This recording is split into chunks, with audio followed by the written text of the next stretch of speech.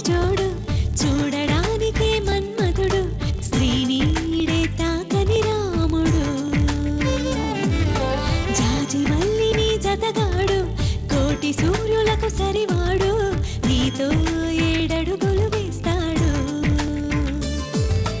ఓ చినుకే కలిపింది నింగి నేలకు చుట్టరికం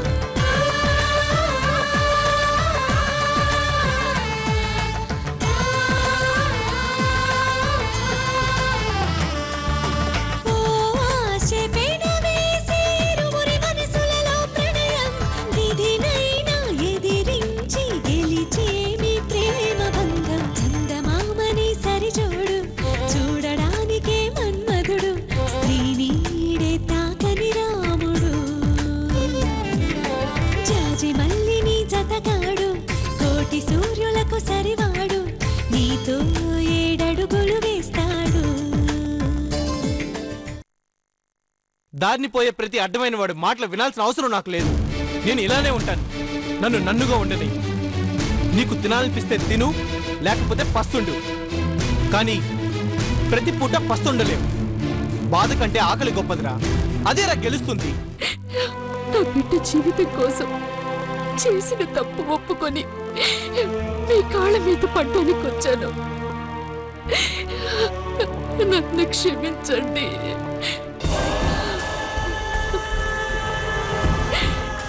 లే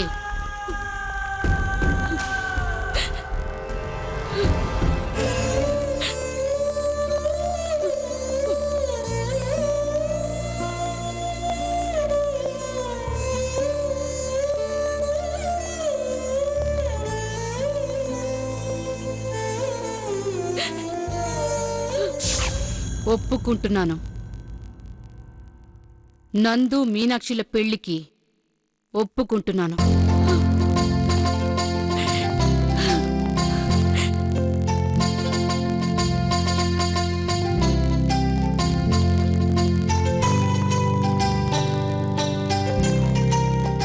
చాలా సంతోషం అండి. నా బిడ్డ జీవితాన్ని నిలబెట్టారు. మంచిదే. వెళ్ళొస్తానండి. వెళ్ళొస్తాను.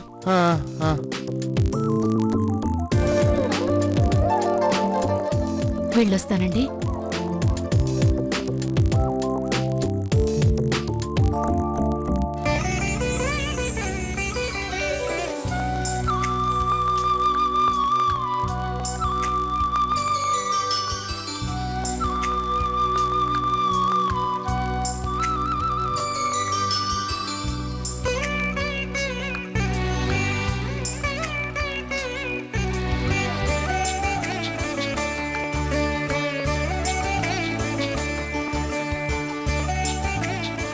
పాపం ఆవిడ చేసిన తప్పు ఒప్పుకుని క్షమించమంది కదా.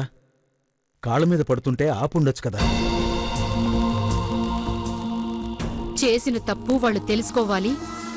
తెలుసుకున్నారు. ఇందులో నా బలవంతం ఏమీ లేదే. పార్థు, ఈ పెళ్లి ఒప్పుకోవటం ఆవిడ వచ్చి క్షమాపణ చెప్పిందని మాత్రమే కాదు, నువ్వు నన్ను వాళ్ళిద్దరి పెళ్లికి ఒప్పుకోమని అడిగావని కూడా. నిజం చెప్పాలంటే ఎప్పుడు ఏది అడగను. నువ్వు నన్ను అడిగావని ఈ పెళ్లికి ఒప్పుకుంటున్నాను. సంతోషమేగా? థ్యాంక్స్ అమ్మా. చాలా హ్యాపీగా ఉన్నాను. నాకు తెలుసమ్మా నువ్వు నా మాట కాదనవని. Once again thanks a lot. అమ్మకి థ్యాంక్స్ ఏంట్రా? నువ్వు హ్యాపీగా ఉన్నావు కదా, నాకది చాలు. ఏరా హ్యాపీయా? థ్యాంక్స్ అమ్మా. అమ్మా నేను ఆఫీస్కి వెళ్ళొస్తాను. సరే, జాగ్రత్తగా వెళ్ళిరా. అమ్మా నేను వెళ్ళొస్తానమ్మా. ఏయ్, ఎక్కడికి? ఒకసారి మీనాక్షిని చూసొస్తానమ్మా. వెళ్దూలే గాని నీతో మాట్లాడాల్సిందుంది. ఏంటమ్మా? చెప్తా.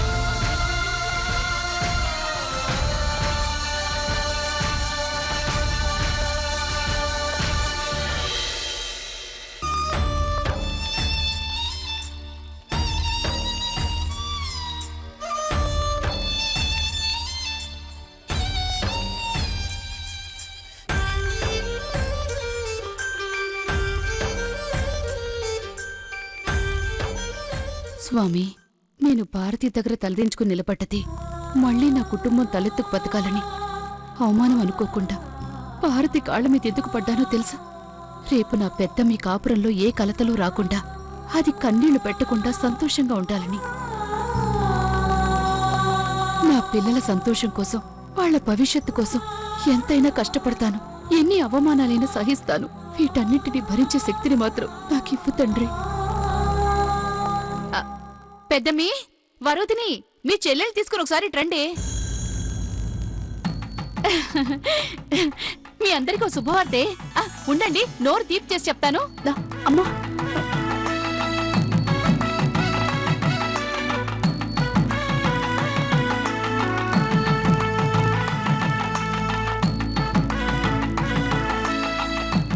అరే, ఒక్క తీపి వంటకం కూడా లేదే.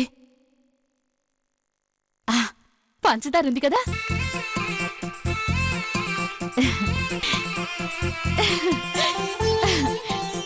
పట్టు.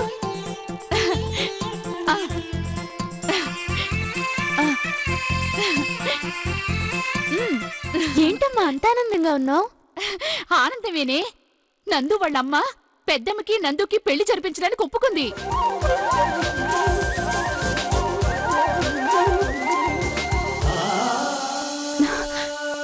నిజమా? నమ్మలేకపోతున్నానమ్మా. నిజమేనే. నువ్వు అదృష్టవంతురాలివి. నువ్వు కోరుకున్న వాడితోనే నీ పెళ్లి జరగబోతోంది. నందు వాళ్ళమ్మ ఒప్పుకుందంటే నువ్వు స్వయంగా చెప్తున్నా కూడా నమ్మబుద్ధి వేయట్లేదమ్మా. నేనేమన్నా అబద్ధం చెప్తున్నాను పిచ్చిమోహా? అసలు ఇది ఎలా సాధ్యమైంది? మీకు చెప్పకుండా ఓ పని చేసినానే. మీ నాయని డ్యూటీకి పంపించి మీతో చెప్పకుండా నేను భారతి ఇంటికి బయలుదేరిపోయినా. నువ్వు ఉంటేగా ఎందుకు వెళ్ళావమ్మా? ఆవిడ నీకు కనీస మర్యాద కూడా ఇచ్చుండదే. అలాంటిది పెళ్లి కొప్పుకుందంటే నువ్వెళ్ళి ఆవిడ్ని బతిమాలావా? నిజం చెప్పాలంటే నేను ఈ నుంచి భయపడుతూనే పోయినా. ఆవిడ నాతో మాట్లాడుతుందన్న నమ్మకం నాకు లేదు. గొడవ చేస్తుందేమోనని కూడా భయపడినా. ఏం జరిగినా పెద్దమ్మి పెళ్లికి ఆవిడ నొప్పిద్దామని బయలుదేరినా.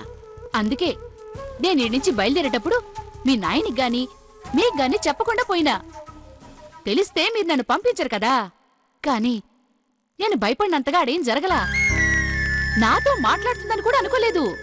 ఆశ్చర్యంగా ఆవిడే నన్ను పలకరించింది. సోఫాలో కూర్చోబెట్టి కాఫీ కూడా ఇచ్చింది.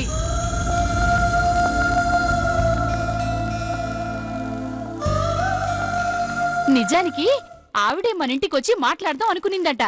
ఇంతలో నువ్వే మా ఇంటికి వచ్చినావని చెప్పింది. నువ్వు చెప్పేదేది నమ్మలేకపోతున్నానమ్మా. స్వయంగా ఆవిడతో మాట్లాడిన నేనే నమ్మలేకపోయినా ఇక నేను చెప్పేది మీరెట్ట నమ్ముతారే? కానీ కొన్ని నిజాలు నమ్మాలి కదా. నేను కూడా ఈవిడెట్టా ఇంత బాగా మాట్లాడుతుంది అనుకున్నా. ఆ తర్వాత నాకు తెలిసిందేంటంటే నందు పెద్దమ్మని తప్ప ఇంకెవ్వర్నీ చేసుకోనని, ఇన్నాళ్ళు ఆవిడ నుంచి పెద్దమ్మని ఇష్టపడిన విషయం దాచిపెట్టడం తప్పేనని ఒప్పుకుని క్షమించమన్నాడంట. నందు సంతోషమే కదా మాకు కావాల్సింది. వాడిష్ట ప్రకారమే కాని అని పెళ్లికి సరేనందట. ఇంకొక విషయం తెలుసా? జరిగిందంతా మనసులో పెట్టుకోవద్దని కూడా చెప్పింది.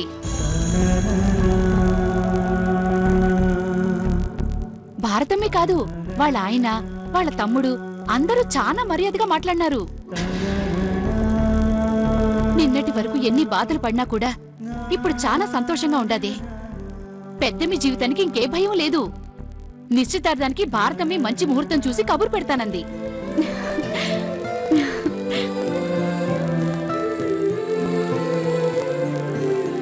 అక్క జీవితం కోసం, మా ఆనందం కోసం పడ్డ అవమానాల్ని గుండెల్లోనే దాచుకుంటున్నావా అమ్మా? అక్కడ జరిగిందంతా నేను చూసానని తెలిస్తే నువ్వు తట్టుకోలేవు. ఆ నిజం మా అక్క చెల్లెళ్లకు తెలిసినా తట్టుకోలేవు. అందుకే చెప్పమ్మా. చాలా హ్యాపీగా ఉన్నావు కదూ? అవునమ్మా, చాలా హ్యాపీగా ఉన్నాను. అసలు నేను ఇప్పుడు ఇంత సంతోషాన్ని అనుభవించలేదు తెలుసా? ఇదంతా నువ్వు పెళ్లికి ఒప్పుకోవడం వల్లే అమ్మా. ఇప్పుడు చెప్పు, నీ ఫ్యూచర్ ప్లాన్స్ ఏంటి? నువ్వు మీనాక్షిని పెళ్లి చేసుకోవడం వల్ల నీకు నీ కుటుంబానికి కలిగే లాభం ఏంటి? మీనాక్షి ఇంటి కోడలైందంటే నీకు మంచి కోడలిగా, నిన్ను ఎదిరించి మాట్లాడకుండా అణుకుగా ఉంటుందమ్మా. నన్ను జాగ్రత్తగా ప్రేమగా చూసుకుంటుంది. మన వంశాన్ని నిలబెట్టడానికి గంపెడు సంతానానికి అంటుంది. ఆ తర్వాత నువ్వు నాన్న నేను ఆ పిల్లల్ని పెంచి పెద్ద చేసి వాళ్ళకి పెళ్ళిళ్ళు చేసి వాళ్ళ పిల్లల్ని సాకి ఇంకా చాలా ఉంది కదమ్మా. ఏంటమ్మా మాట్లాడావు? నువ్వింత స్వార్థపరుడు అని అనుకోలేదురా. నేను స్వార్థంగా ఏం మాట్లాడానమ్మా? నేను ఫ్యూచర్లో ఎంత హ్యాపీగా ఉంటానో చెప్పాను. అది తప్ప? హ్యాపీగా ఉండటం తప్పు కాదు, కానీ నువ్వు సంతోషంగా ఉండటానికి కారణమైన వాణ్ణి మర్చిపోవడం మాత్రం చాలా తప్పు. నువ్వు పెళ్లి చేసుకుని ఇలా ఉంటాను అలా ఉంటాను అని మాట్లాడేవే తప్ప పార్థు గురించి ఒక్క మాట మాట్లాడావా? ఓ అదా నువ్వనేది?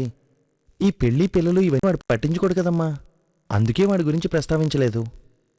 కాదురా, నువ్వసలు వాడి గురించి ఆలోచించలేదు. వాడి గురించి నేనేం ఆలోచించనమ్మా, నాకేం అర్థం కావట్లేదు. నీలాంటి వాడికి చెప్పినా అర్థం కాదులే. నేనే పొరపాటున నీతో మాట్లాడాలని ఆపాను. వెళ్ళు, వెళ్ళి నువ్వు హ్యాపీగా ఉండు. మీనాక్షిని కలవాలన్నావుగా, వెళ్ళి కలు. మీ ఇద్దరూ జీవితాంతం హ్యాపీగా ఉండండి. పార్థుగాడు ఏమైపోతే నీకే? వెళ్ళు. అమ్మా, నువ్వేమంటున్నావో నాకేం అర్థం కావట్లేదు. దయచేసి అర్థమయ్యేటట్టు చెప్పు. వెళ్ళరా, చెప్పడానికి ఏమీ లేదు. అమ్మా ప్లీజ్. చెప్పాను కదా, వాడి గురించి నువ్వేం పట్టించుకోవాల్సిన అవసరం లేదు. వెళ్ళు. అమ్మా, నువ్విలా మాట్లాడడం నాకు చాలా బాధగా ఉంది. నేనేదో తప్పు చేస్తున్నానని నాకు తెలుస్తుంది, కానీ అదేంటో నాకు తెలియట్లేదు. చెప్పమ్మా, సరిదిద్దుకుంటాను. ఏం చెప్పను? ఎంతసేపు నువ్వు అందర్నీ ఉపయోగించుకుంటున్నావు తప్ప నువ్వెవరికీ ఉపయోగపడటం లేదు. ఒక్కసారి ఆలోచించరా. పార్థు ఎలా ఉండేవాడు? వాడు వాడి పని తప్ప పక్కవాళ్ళ గురించి పట్టించుకునేవాడా? అసలు ఆడవాళ్ళ వైపు కన్నెత్తి చూసేవాడా, మాట్లాడేవాడా? కాని నీకోసం వాడు నచ్చనివన్నీ చేశాడు. మనుషులతో సరిగ్గా కలవనివాడు. వాడికిష్టం లేకపోయినా నీకోసం ఎంతో మందితో మాట్లాడాడు.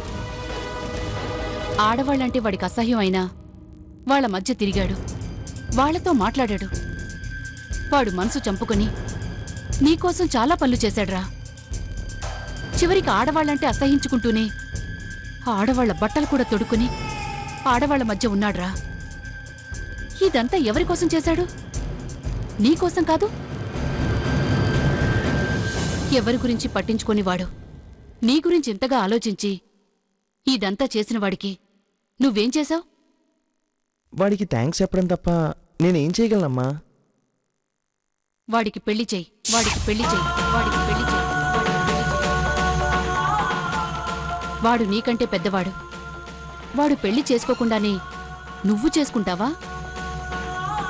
నందు, నువ్వు పెళ్లి చేసుకుని పెళ్ళాం పిల్లలతో హ్యాపీగా ఉంటావు. కాని వాడు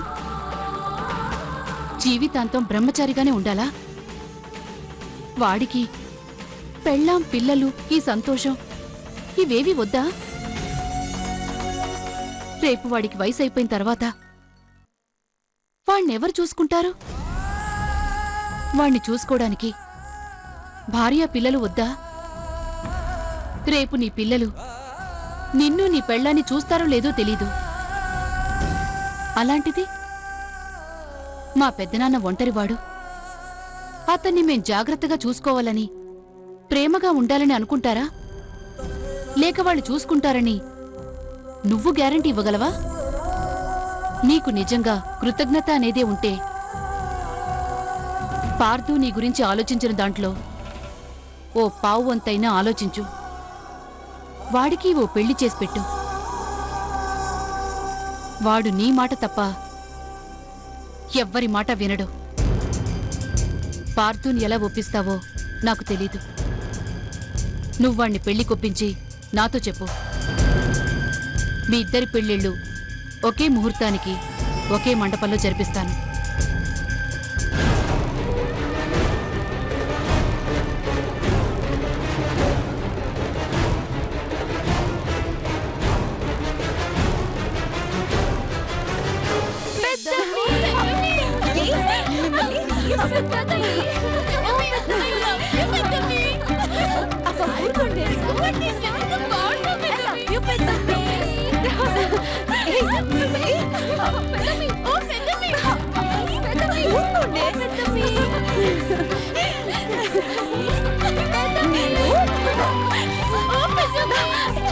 కావ్య ఊరుకోవేంటమ్మా అలా చూస్తున్నావు?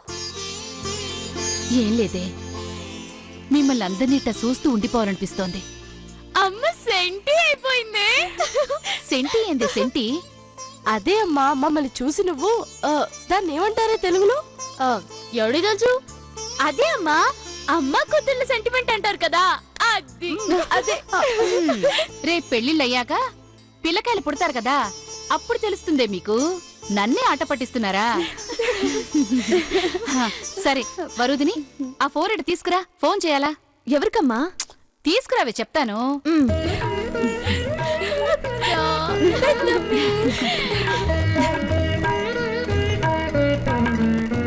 ఇదిగో అమ్మా. నెంబరు 9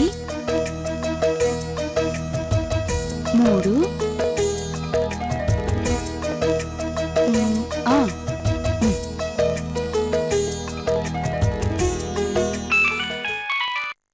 హలో, నేనక్క గోదార్ని. ఏమే బాగున్నావా? నీ ఆరోగ్యం ఎలా ఉంది? ఇప్పుడే కదా హాస్పిటల్ నుంచి వచ్చినా. ఇంతలో ఏమవుతుందిలే గాని, ఇంకేంది మందలా? ఏమున్నాయో చెప్పుకోవడానికి. మరిది గారు ఇప్పుడు ఎలా ఉన్నారు? ఒక్కసారి వచ్చి నిన్ను చూసి వెళదామంటే ఇంట్లో 1,00,000 రామాయణాలు. దాంతో తలపోటు వచ్చేస్తుంది. ఏమైందక్క? ఏం లేదులేవే, ఎప్పుడు ఉండేదే కదా. నిధి చేసింది తప్పని మీ బావగారింతవరకు ఒక్క మాట కూడా చెప్పలేదు. ఆయన సపోర్ట్ చూసుకుని అదిలా తయారైంది. దాని బతుకు ఏమవుతుందో ఏమోనని భయంగా ఉందే. ఏం కాదులే అక్క, కూతురంటే ఏ తండ్రికైనా అభిమానం ఉంటాది కదా. ఏం అభిమానమే? తప్పు చేసినప్పుడు సరిదిద్దకపోతే ఎలా?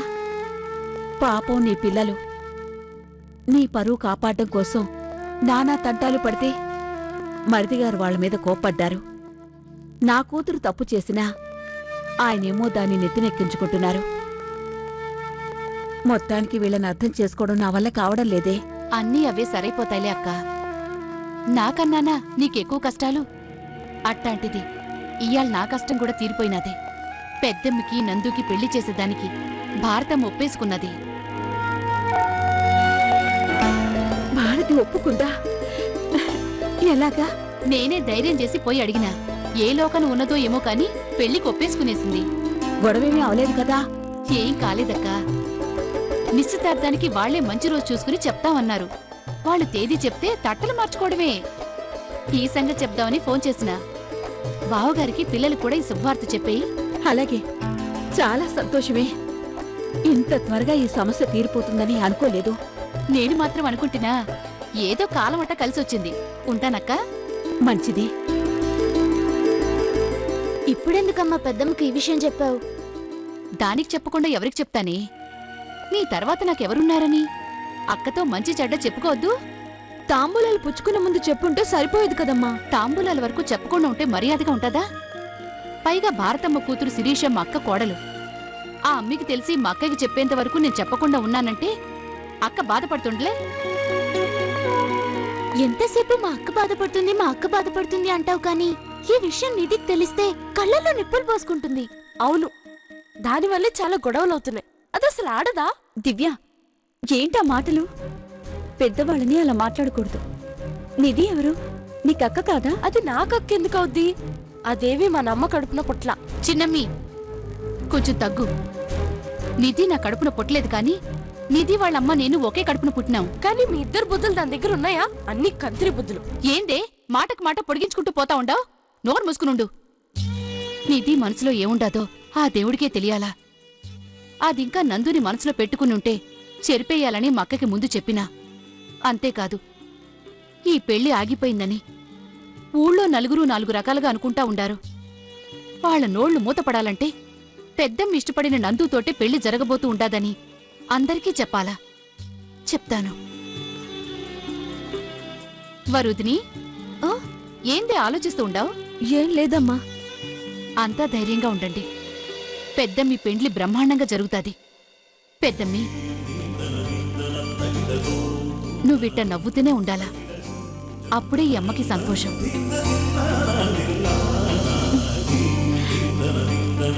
ीला